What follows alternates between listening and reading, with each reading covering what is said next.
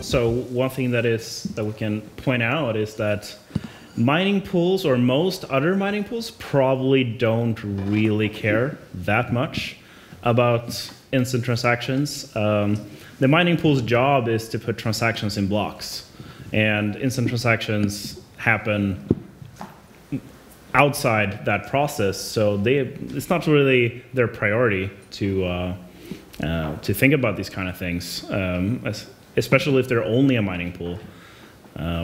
So let's go through some of the things. So miners do honor first seen, first safe rule by default if they are running an unmodified client. Most miners do run unmodified clients, but as Peter showed here on Tuesday, there are some miners that seem to have modified their clients to actually do RBF, even though that's not activated by default in any of the current Bitcoin Cash clients, which was quite an interesting find. And there's little incentive to actually modify your client, especially since we're doing network-wide upgrades every 6 months. It just leaves a lot of extra work for the miner, and most miners don't want that extra work. So a double spend succeeds when a mining node sees a double spending transaction before the merchant node. Because the miners do honor first seen, first safe, that's actually what we saw in Peter's presentation on Tuesday, is that if you just send the double spend transaction, if you send it almost at the exact time or even at the exact time, you don't really know which one is going to get mined because they honor the first seen, first safe. And miners prioritize syncing block headers and blocks, and syncing their mempools is not really a priority. And since it's not being done by default in any of the current of the clients right now, it's not really happening. So yeah, let's go through some mining pool trivia.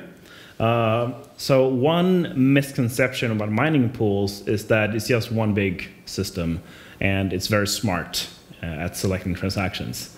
Mining pools are not just one server, and they're not very smart. And so like a big mining pool we want to place our mining pool servers as close to the hash rate as possible, which means that most mining pools, they have a lot of sites in North America, in Europe, and in China. And they don't really have anything in like continents where no one is mining, like Australia. So a big mining pool may consist of 20 to 40 different mining nodes across the world. And one thing that is that some people keep forgetting is that if one pool has 40 servers spread across the world, technically these are 40 different mining pools. They just tag the blocks the same, and they just collect the data in the same central server. But from a mining perspective, these are separate pools that can orphan each other, and which is something that we see quite often, that mining pools can orphan themselves. And by default, there's no way to actually synchronize the mempools between the different mining nodes unless Bitcoin-D has a feature for it. Because that would require the mining pool to make the mining pool software do it. And there's currently not a very strong incentive to do so, since the mining pool mostly has focused on pushing out the block as soon as possible, as soon as it's found. So a transaction that was accepted by BTC in California can be double spent by the same mining pool in China if the transaction was not propagated fast enough. Like another thing about mining pools, most of them are hosted in the same cloud providers. In China, all of them are at Alibaba, like BTC.com and Antpool and BuyBTC, and they're all hosted on the same cloud infrastructure. So if you want to be as close to the mining pools as possible, you should just set up servers on these cloud providers. I think all of you here know the basics of the mining pool, but since this will be on YouTube later, I guess we'll run through the basics. So one misconception, we saw it in the previous presentation, is that Antminers don't build blocks. It's the mining pool software that builds the blocks. The Antminers, they just do the hashing. So the pool software asks for a block template from Bitcoin D via the RPC, and then the pool software converts it into a stratum job. The stratum job is sent to the Antminer. The hasher, the Antminer, finds a valid block, sends it back, and sends back a few variables to the pool, and then the pool constructs a complete block and then submits it to Bitcoin D. So if you really want to visualize how mining works, it's actually the mining pool software where the magic happens. The hasher itself is a very, very dumb unit that makes a lot of silly mistakes and incorrect shares. Noise. Really loud. So the setup looks like this. You have the Bitcoin Ds are connected to each other, but the mining pool software, most of them are not. We studied a few different mining pool software when we built our own mining pool, and the norm is that there's very little synchronization between the pool software itself, at least when it comes to transactions and mempools. Most of the pool communication actually happens on the Bitcoin network itself between the Bitcoin Ds. So in this example, I made the pool software different colors. They could be 3 different pools, or they can be the same pool. But the fact is that these 3 pools will compete with each other and will orphan each other, even though if they are the same pool or not. They don't really care, and they're pretty dumb. Because they just work on a block template that comes from Bitcoin D. So everything is dependent on the information that comes from the Satoshi client. So if we want to improve mempool synchronization, all of that has to be done in Bitcoin D by the client developers. I observed a few questions for the past few days. Why would the miners honor the first seen, first safe rule? And the question is pretty simple. Miners are lazy. They just want to run the default client. Modifying the Satoshi client means that you have to actually get into the code and do your own modification. You need to recompile everything, and that could lead to risk. So most mining pools don't really want to take that risks. We did see some evidence that it seems to be some miners that actually have taken that risk and implemented RBF on their own on the network.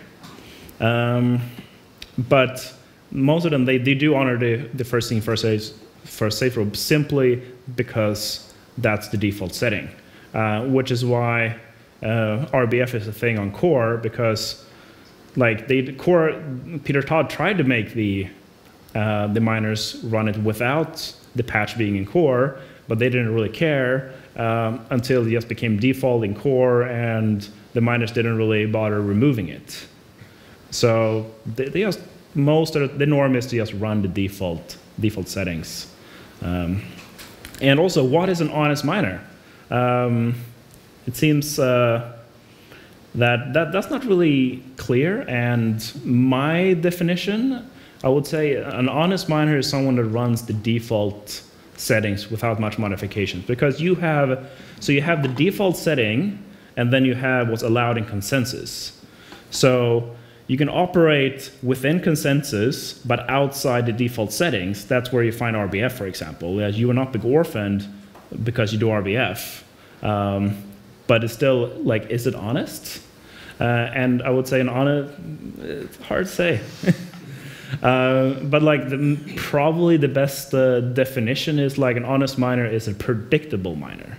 It means like other miner that you have predictability in how they're going to act because you know exactly what kind of rules they follow. I think, Josh, you asked why the pools don't publish their mempools. It's because we have too many servers. So there's not one mempool. There are like 30 of them spread across the world, and they're not very well synchronized. So we can't really publish the mempools. Is there a way that, I know there's multiple servers, but they could have, nodes that are not the node that's doing get block template, but connected one hop away, and then expose those nodes' mempools. And then it would be up to the people checking to check across multiple pool servers, because really you're just looking for inconsistencies, right? You're looking for double spends. So it doesn't have to be a singular location. It could definitely be multiple locations. Yeah, well, personally, like I don't really think that it will be any problem publish the mempool, but I would like to synchronize it internally first, and we're gonna get there. I think it will be more healthy, and as the transaction count goes up on a network, mining pools will find that they will need to sync their mempools better because it means block propagation also gets better. So how can we sync the mempools better? The easiest solution is probably weak blocks, where you utilize compact XThin or graphene being the better solution here, for weak blocks to indicate which block is being worked on. And the first step is to do this internally. The problem is a weak block don't really help decide the victor in a case of conflict, which leads us into pre-consensus territory, because like you can do this internally inside a pool pretty easily because you trust your own nodes. So if you have a node if you have a big mining pool, you have servers in China, in the US, and you observe a double spend, and then you can easily make your nodes agree on which transaction to go for, simply by sharing the timestamp, and you can trust the timestamp because it's your own pool and it's your own servers. It gets a little more tricky when it's with an external pool that you have to trust, because you don't necessarily know if they're going to be honest or not, if they're going to modify their timestamps. But at least you would be aware of that something fishy is going on, which probably is good enough for merchants.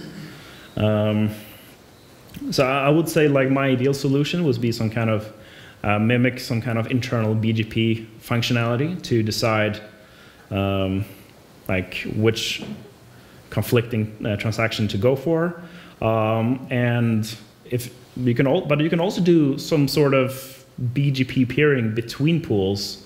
So basically, like you have a list of weak blocks that you receive, and you see like which pools, like how many transactions they have in their blocks, and what's the difference, and you can request retransmission of certain transaction, and once in a while also observe conflict, and how to resolve this conflict. I think that will be a long discussion, because like the Avalanche protocol that we just heard about, like speaking as a mining pool would be pretty upset if we can get our blocks orphaned by mistake, or if there's some kind of arbitrary rules that we cannot predict.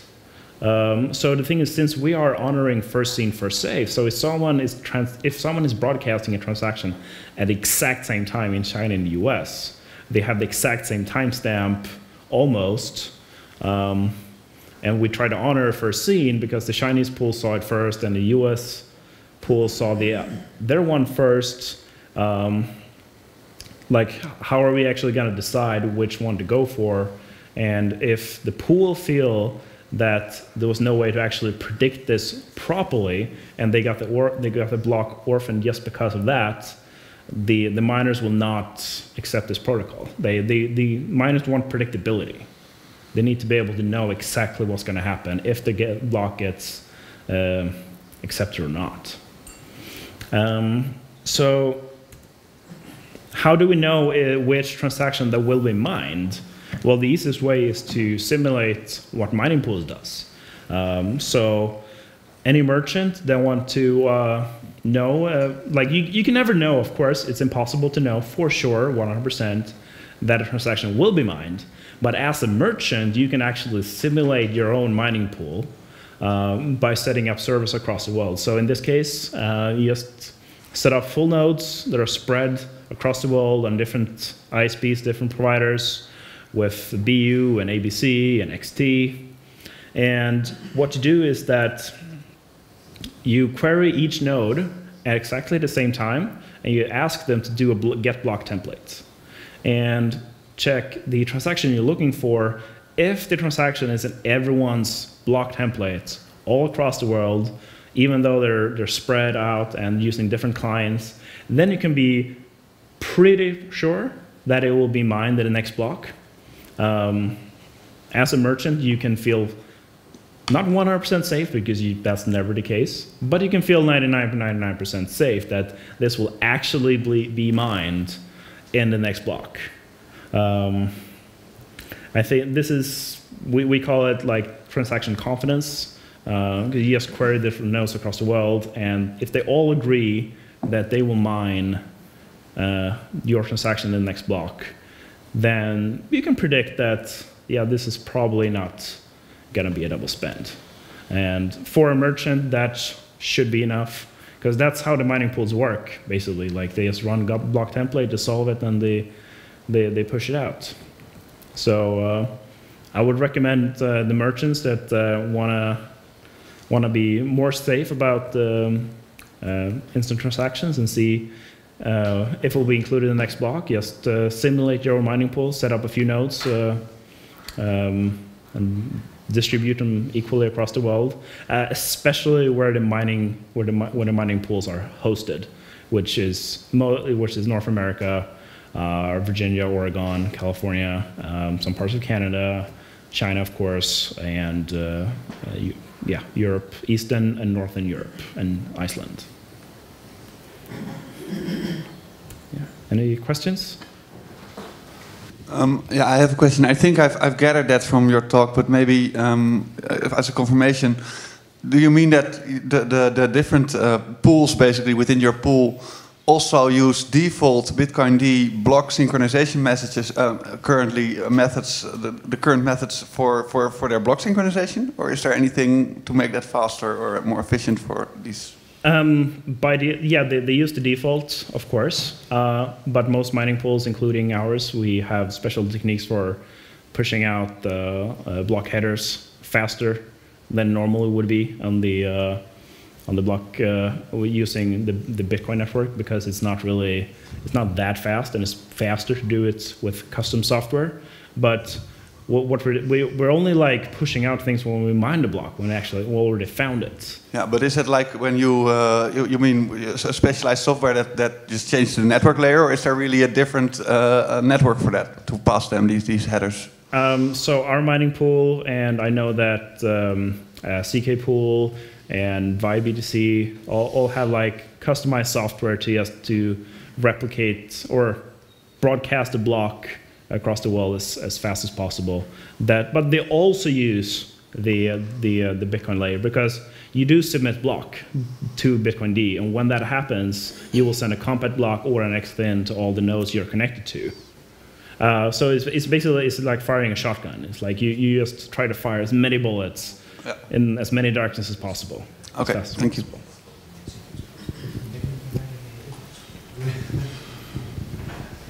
So you said that there is nothing much in place to reconcile the mempools across your different nodes around the world, and sometimes one node can actually orphan the other.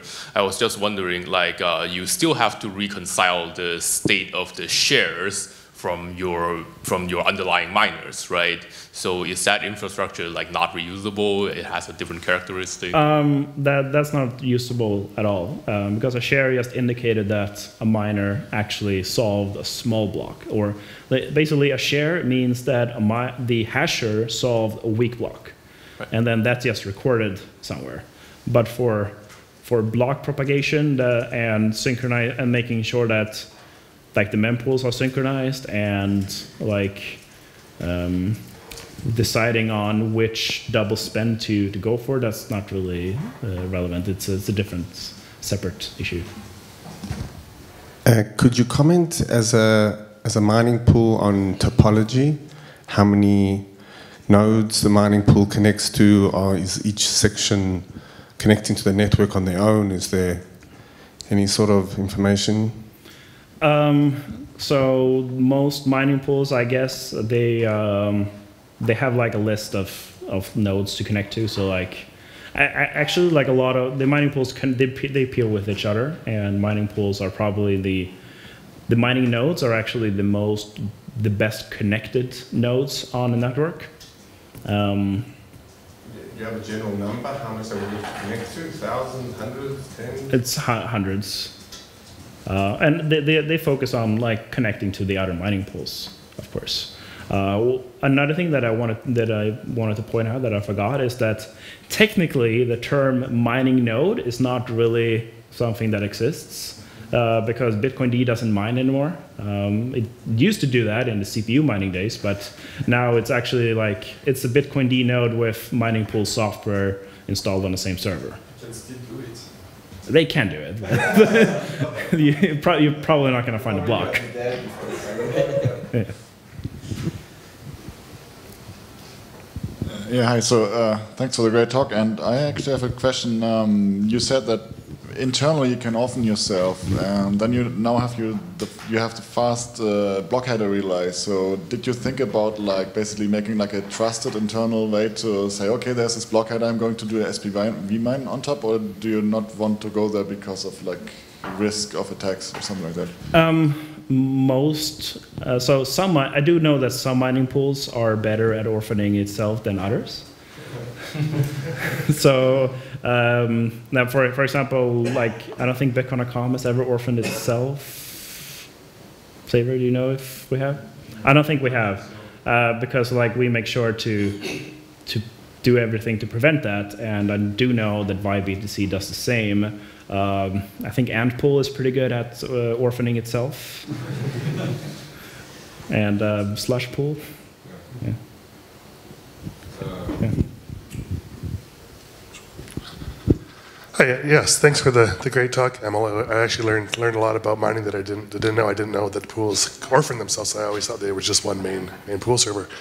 So my question, I'm a proponent of weak blocks, as a lot of people know, and one of my concerns with rolling out weak blocks was I thought in order to get it adopted, you'd have to have buy-in from a lot of miners, because I thought it would only really be useful if most of the network was using it.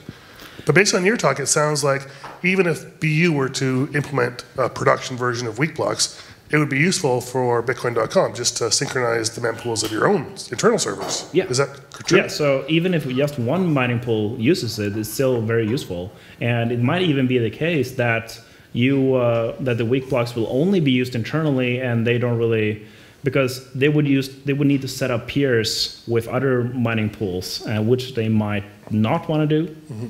But it would definitely be very useful internally.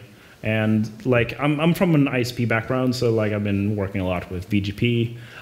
So like I would definitely, like I see it as sort of like when you run like show IP BGP peer neighbors on a router, and you see a list of like your neighbors, which would be the other mining pools and what kind of block they're currently working on.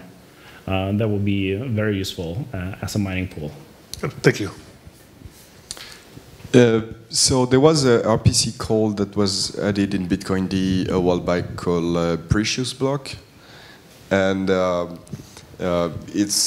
so the way it works is that in case there is a race between two blocks, the node software is gonna choose the precious block if you ask it to. Yeah. And I was curious to know if that's used by miner a lot or not, right? Because the goal would be the different Bitcoin D that are run by a miner. When one of them find a block, it can call precious block on the others, and make sure that you don't orphan yourself. From the other mining pool software that I have studied, I haven't really seen that in other mining pool softwares. Yeah, no. Yeah, because I don't really know. Yeah, there is no good bad answer. It's just asking. Yeah.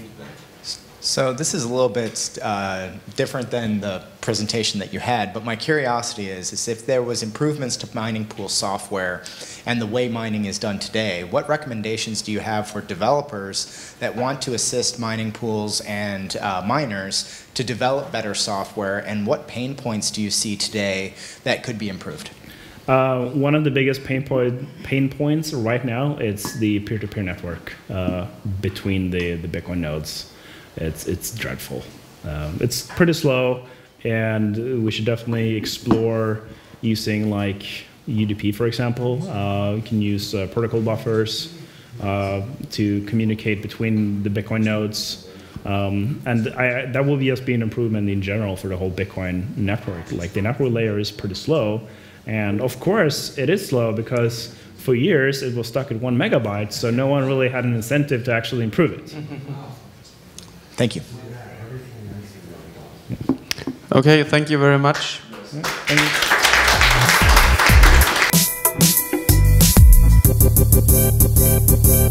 you.